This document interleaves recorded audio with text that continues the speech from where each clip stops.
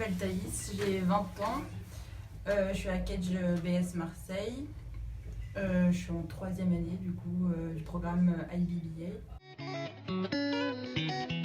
J'ai choisi de partir au Chili parce que je voulais partir en Amérique latine, plus particulièrement l'Argentine. Sauf que les places étaient très limitées, donc du coup je suis partie au Chili. Et surtout pour découvrir la culture, l'ambiance et pour l'espagnol. Donc ici je suis à l'université Los Andes, qui est un petit peu loin dans Santiago, qui est au pied des montagnes. C'est plutôt une bonne université ici, qui est assez bien classée. J'ai voulu partir là-bas pour pas être avec tous les gens de Kedge parce qu'ils étaient tous dans l'université qui était dans le centre, avec pour but de parler avec plus d'étrangers. Mais je me suis retrouvée avec beaucoup de français, donc au final je parle plus français qu'espagnol. Au niveau des cours, premier semestre j'avais 2 jours de cours par semaine. C'est moi qui ai choisi mes cours, particulièrement pour l'emploi du temps plus que pour les matières. Je choisis que des cours en espagnol. Globalement, je comprends tous les cours, à part 1 ou 2. Mais ça va, c'est juste que l'accent chilien est très prononcé, donc des fois c'est un petit peu compliqué. Mais le niveau est pas plus haut qu'en France, c'est même plus bas, donc au niveau des cours, ça va largement.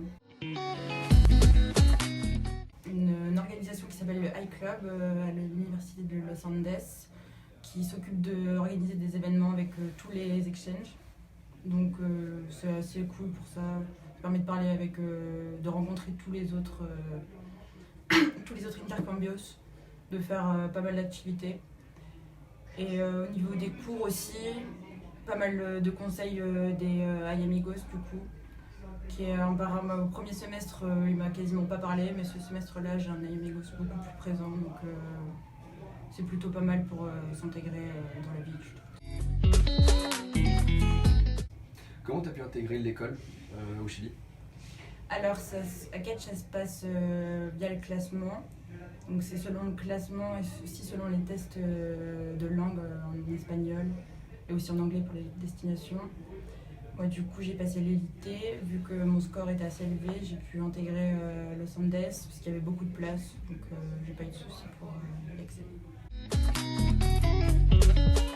Alors j'ai tout fait par mes propres moyens.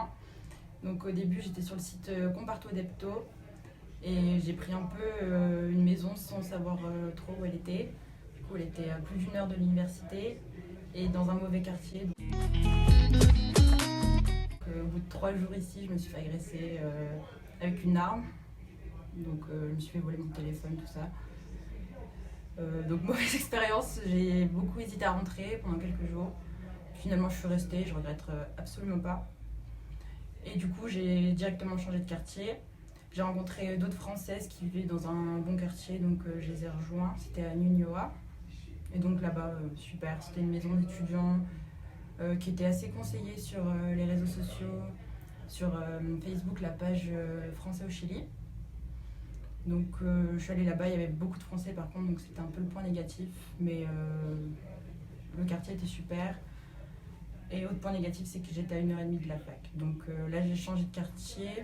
J'ai encore cherché par mes propres moyens et j'ai trouvé une autre maison d'étudiants, pareil.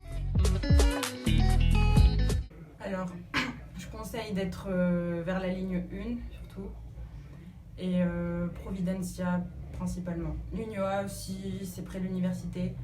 Mais sinon, Providencia, vers la ligne 1. Du coup, au début, j'espérais dépenser moins en termes de logement parce que je savais qu'on pouvait avoir des maisons pas trop chères. Tout ce que j'ai visité, c'était vraiment pas terrible du tout.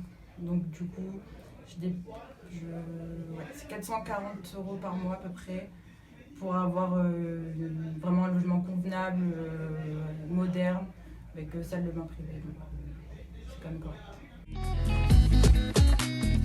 Alors, au niveau de Santiago, je sais que c'était assez occidentalisé, mais je ne m'attendais pas à ce que ce soit aussi moderne.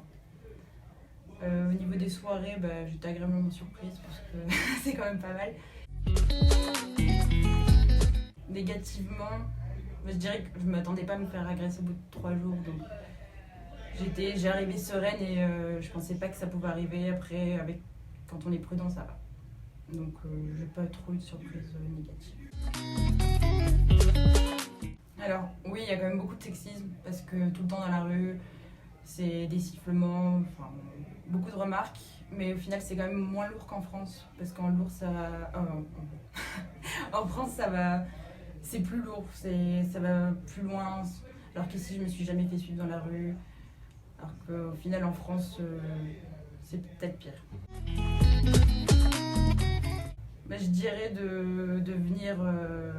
Enfin, venez les yeux fermés, mais il faut quand même être prudent, choisir les bons quartiers. Je conseille aussi de vivre dans une maison d'étudiants et pas seul parce que ça peut être très démoralisant d'arriver dans un pays étranger comme ça.